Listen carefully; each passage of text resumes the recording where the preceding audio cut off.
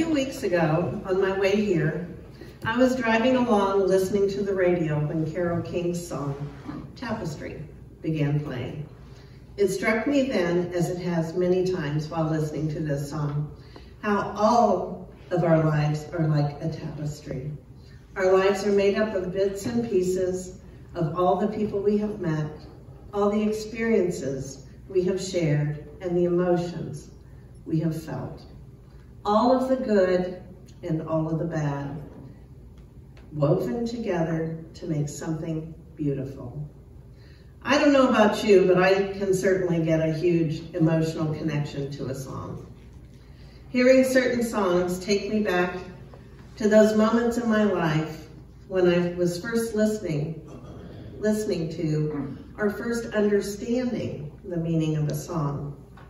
It is as if God is reminding me to stop, take a moment, and remember.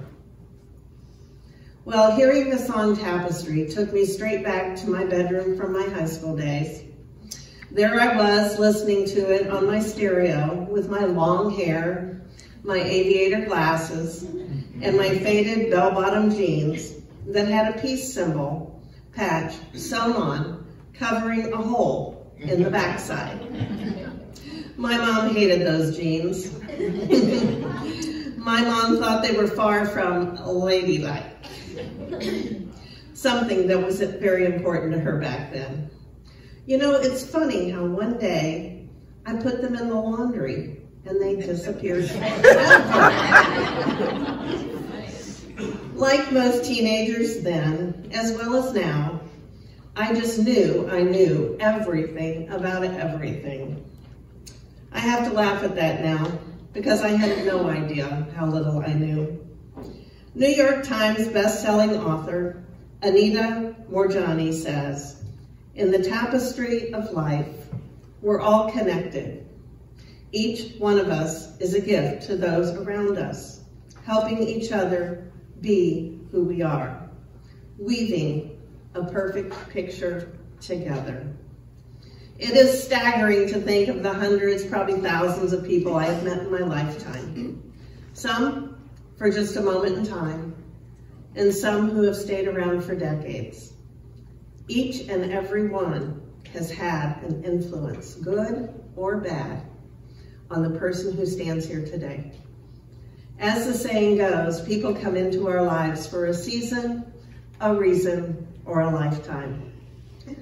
We have all had the for a season friends, those who you meet and develop a friendship with through a common experience or purpose.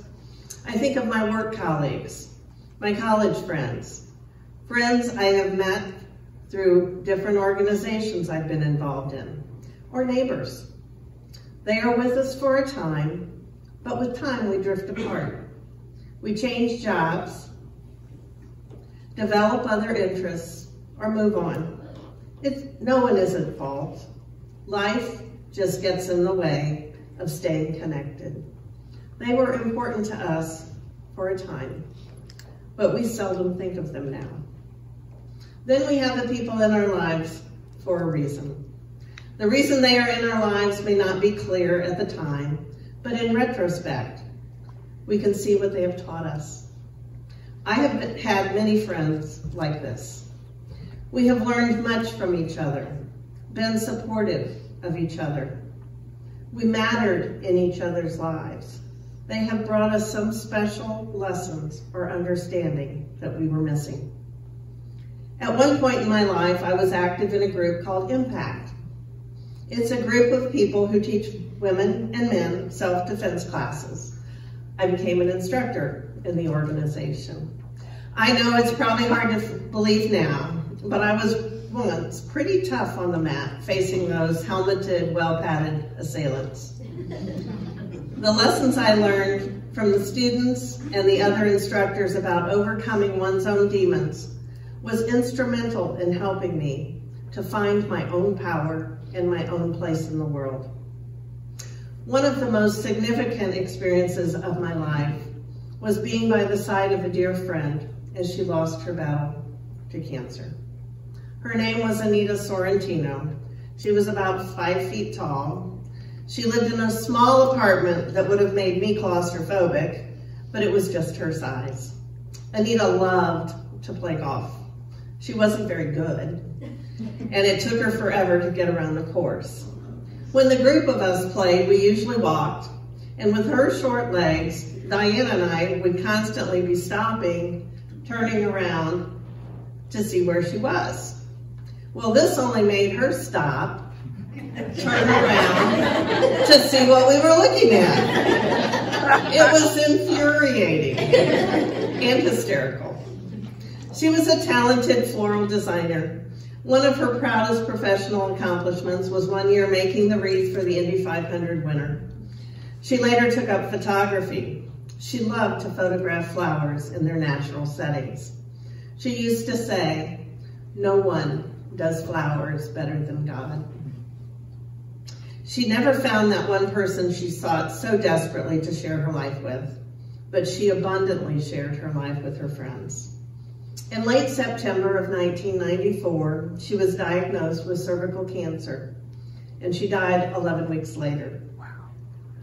During those short weeks, I was fortunate to be able to be at her side for a great deal of that time. Anita had a network of friends who stayed with her, fixed her meals, took her to appointments. They had a whole spreadsheet worked out of who was to be where, when, and what they were to do. She never spent a night alone. Someone was there for her every day and every night. She went through radiation and chemotherapy. She spent those last 11 weeks of life surrounded by friends who loved her and whom she loved. More important to me than the way she died was the way she lived. She gave her whole heart to the people in her life. She sure knew how to be a friend. I have often said, Anita was the kind of person who, if she got an extra $10 or $20 for something, she would take you out for a $30 meal to celebrate. She gave of herself and the meager treasures she had without hesitation. She was the most generous person I have ever known. Since her death, I have tried to honor her life by being generous with the gifts I have received. Then I have my lifetime friend. The person who is my oldest friend is my friend Bobby. I met Bobby in 1968 when I was just 12 years old. My family had recently moved to Wisconsin, and we lived across the street from Bobby and her husband Paul. I babysat for their two daughters, Patty and Kathy. We only lived there for about 18 months, but the two of us made a connection in that short span of time that has lasted for the past 52 years. I have stayed in touch with her throughout my high school years and into college. She took my 2 a.m. phone calls from the payphone in the basement of my dorm when I was drunk and in despair. My dad suffered from undiagnosed PTSD, so growing up in our home was far from emotionally or physically healthy.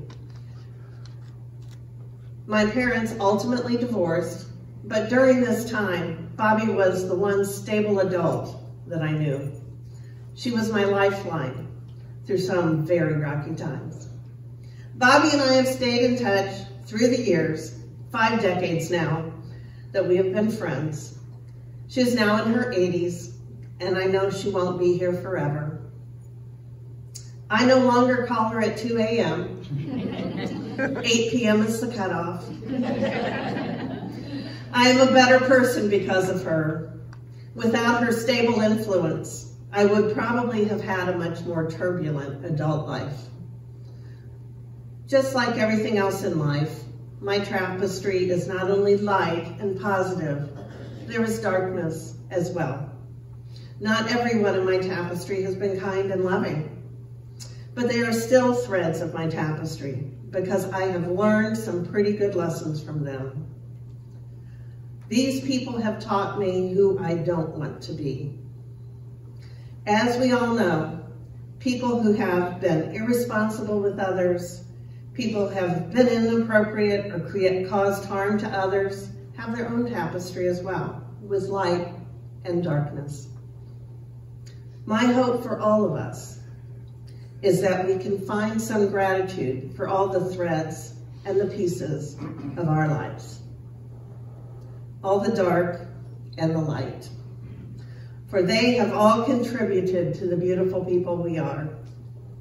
What does your tapestry look like? What people have been your threads? Who have been the people for your season, your reason, or your lifetime? I leave you with the words of theologian John Piper. We look at life from the backside of the tapestry, and most of the time, what we see is loose thread, tangled knots, and the like. But occasionally, God's light shines through the tapestry, and we get a glimpse of the large design with God's weaving together the darks and the lights of existence. Amen.